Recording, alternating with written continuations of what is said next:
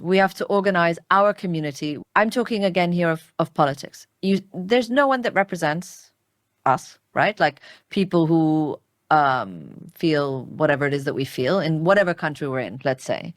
Then it behooves us to come together and to organize to feel safer, to feel represented, to feel that we have some recourse. And I do think people are doing this. I think when people are marching in their hundreds of thousands, they are organizing, and they're organizing in a way that to me is very beautiful. You know, it's not just about power. It's not just about we want this, so give it to us. But it's also about some kind of healing. It's about some kind of community. It's about a communion even. And I think that's what we have to do. People whose politics center on our dehumanization are not going to make us safer. And they're not going to give us tools to feel more represented. So we have to make those. But so what are the tools of resistance then? Because I want to ask you this in the context of if the political institutions are no longer spaces in which we can organize formal political power, former political pushback, then it remains to society, it remains to culture. And you've written a lot about culture.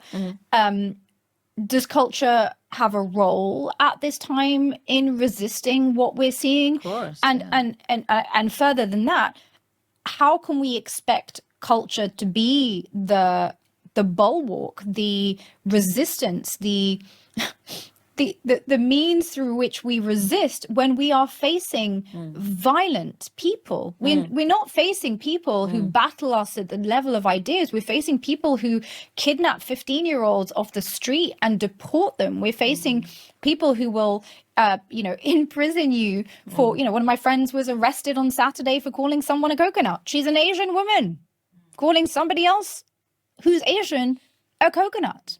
This is where we are. Like, how can culture possibly resist this moment? Culture is not going to save us. I mean, so it's not that we should turn all our attention to culture as some means of protection. Certainly not. The only thing that's going to save us is us, and I think culture is a part of organizing. Culture is a part of the dissemination of ideas. Culture is a part of envisioning the future we want, the dignity we aspire to share in our community. But it's not going to change the material facts on the ground. The material facts on the ground have to be changed by politics. And I think this is what we feel, is that politics has been exposed as so disingenuous and so dangerous for so many of us. And the solution cannot be to give up on politics. It has to be to reshape it. Part of that reshaping is culture. Part of that reshaping is media. Part of that reshaping is intellectual.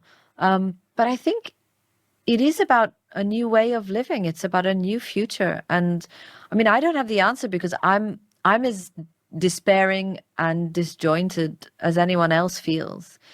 But thinking through it, the times in these very odd years and dark years that I have felt hope was always through this community of people that created spaces for us to speak, to think, to be together, to move, to organize. There is so much power in our collectivity, and we have to find a way to harness that. Some ways have been harnessed and are being harnessed, like BDS, like the boycott movement. And it doesn't mean that it's going to solve everything. It's not going to fix everything, but it's one way. Our lives have to be dedicated to this new future. I guess my concern is that our cultural production in whatever spaces is also a way of flagging ourselves to the authorities. I'm someone who today believes that our social media platforms are no longer spaces where we, just freely exchange ideas. I believe that there are, clearly databases being created of those of us who are too outspoken on whatever issue, and that those will essentially form the basis for forms of retribution that I think are already being exacted. The fact that we've seen the social media profiles of, Palestinian journalists being disappeared because they contain forms of evidence, essentially of war crimes committed against them and others, says to me me that we are up against a political opponent that's willing to use force, that's willing to use violence, that's willing to use forms of repression that I suspect many of us are far too soft to actually fully understand what we're up against. And I was really keen to speak to you because you come from a context that isn't soft. You know, Pakistan has been dealing with these issues in a very real way. You know, you're not expecting when a police officer turns up at 2:00 in the morning at your house for it to be polite. You also may be expecting violence. Most people in this country are not.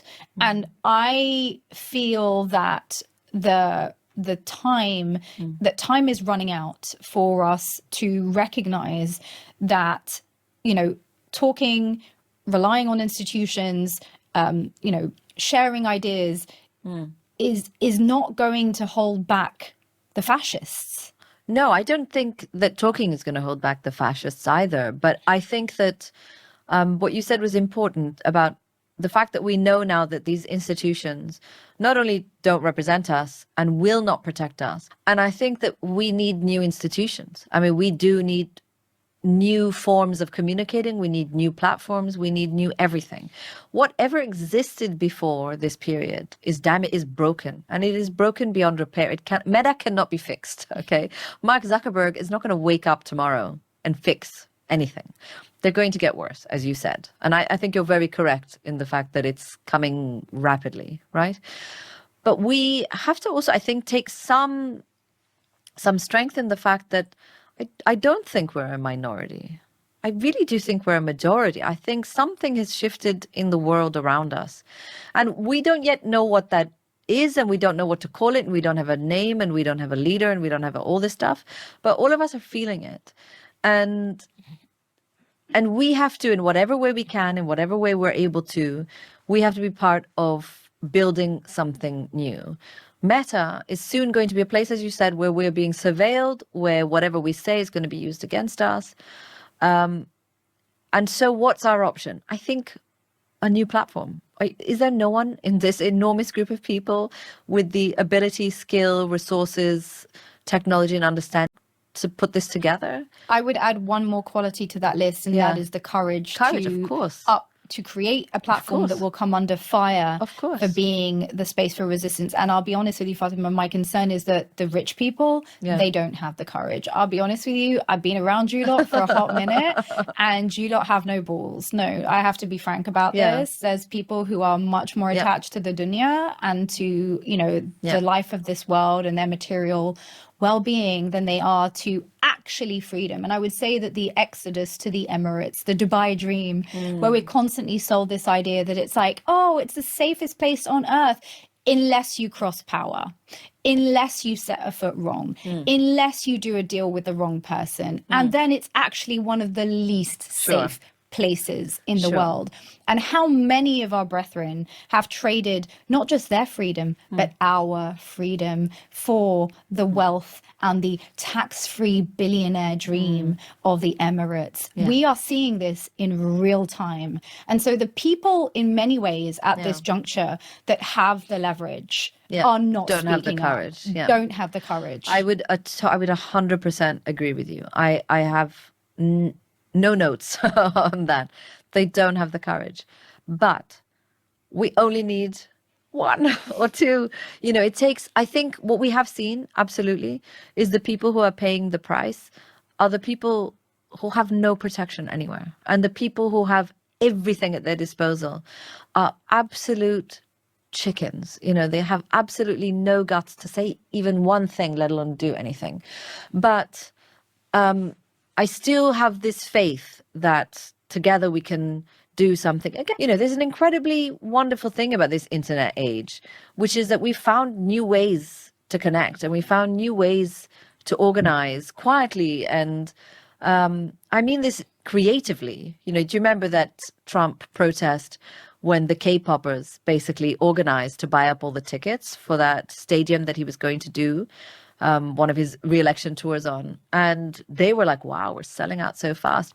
No one knew it was happening. Yeah. You know, it was all K-poppers, you know. So I do love millennials and, you know, this new generation because genius, and that's why they mock them. That's why they're so cruel about them in the press, and go on about them being woke. They're actually really smart and they know how to get around the system creatively. Of course. I've got hope.